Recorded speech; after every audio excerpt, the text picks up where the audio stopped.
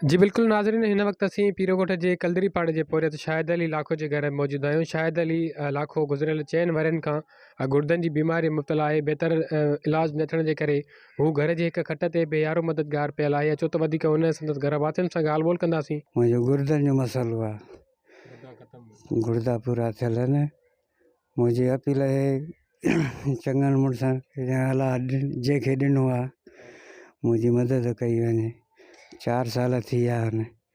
मूंखे जेको बि हुयो सनो थोलो ट्रपड़ मां खपाए पाए सिर ते लाथो आहे।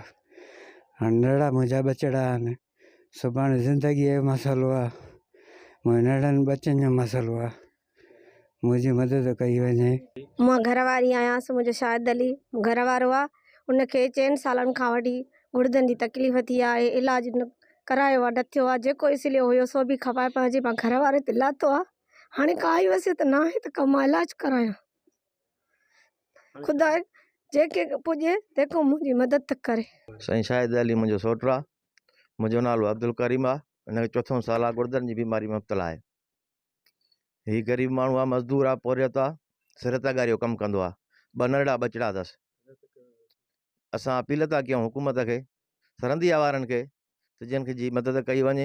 जी नाज़रीन, तव्हां हिते जेके पोरियत शाहिद अली संदसि घर वातियुनि जी ॻाल्हि ॿोल ॿुधी। हुननि हुकूमती इदारनि सरहंदे वारनि खे अपील कई त पोरियत शाहिद अलीअ जो सरकारी ख़र्च ते इलाज कराए हुनजी ज़िंदगी बचाए परेशानी ख़तमु कई वञे। कैमरामैन वसीम गुमरो सां गॾु आमिर जुणी जो KTN न्यूज़ पीरे जो ॻोठु।